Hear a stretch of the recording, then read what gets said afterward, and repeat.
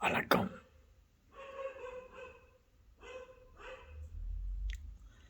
வணக்கம். என்னடா தாத்தா நேரத்துக்கு பேஷண்ட்காரன்னு வெளியில் இருக்கும் நாய் குழைக்கிறது. அது அதனுடைய வேலை செய்கிறது. ஓகே சொல்லுங்களே.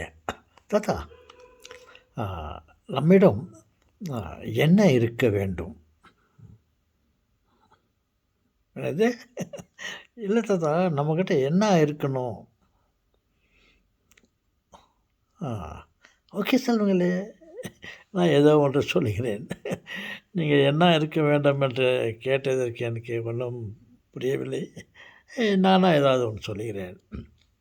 நம்மிடம் கத்தியும் சுத்தியும் இருந்தால் மட்டும் போதாது. சிறிதளவு புத்தியும் இருக்க வேண்டும். கத்தியாலையும் சுத்தியாலையும்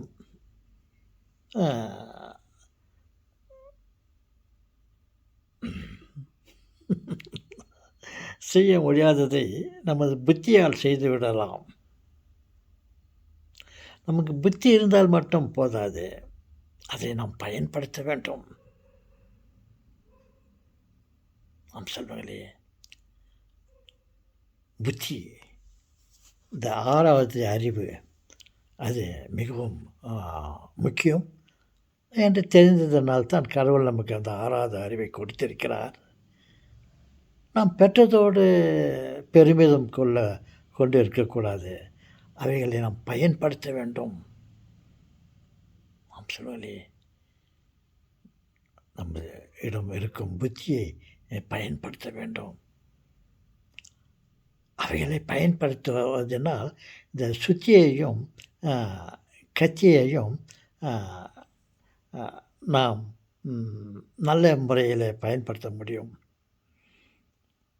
நாம் புத்தியை பயன்படுத்தாவிட்டால் சுத்தியில் கையை நசுக்குவோம். ஏதோ வேலை செய்யும்போது விரலை நசுக்கிக்கொள்வோம்.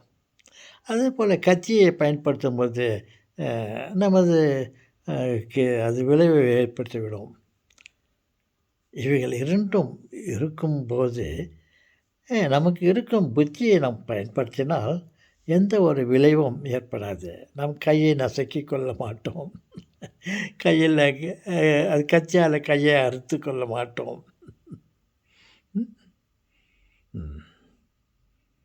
ஓகே சொல்லுங்களே.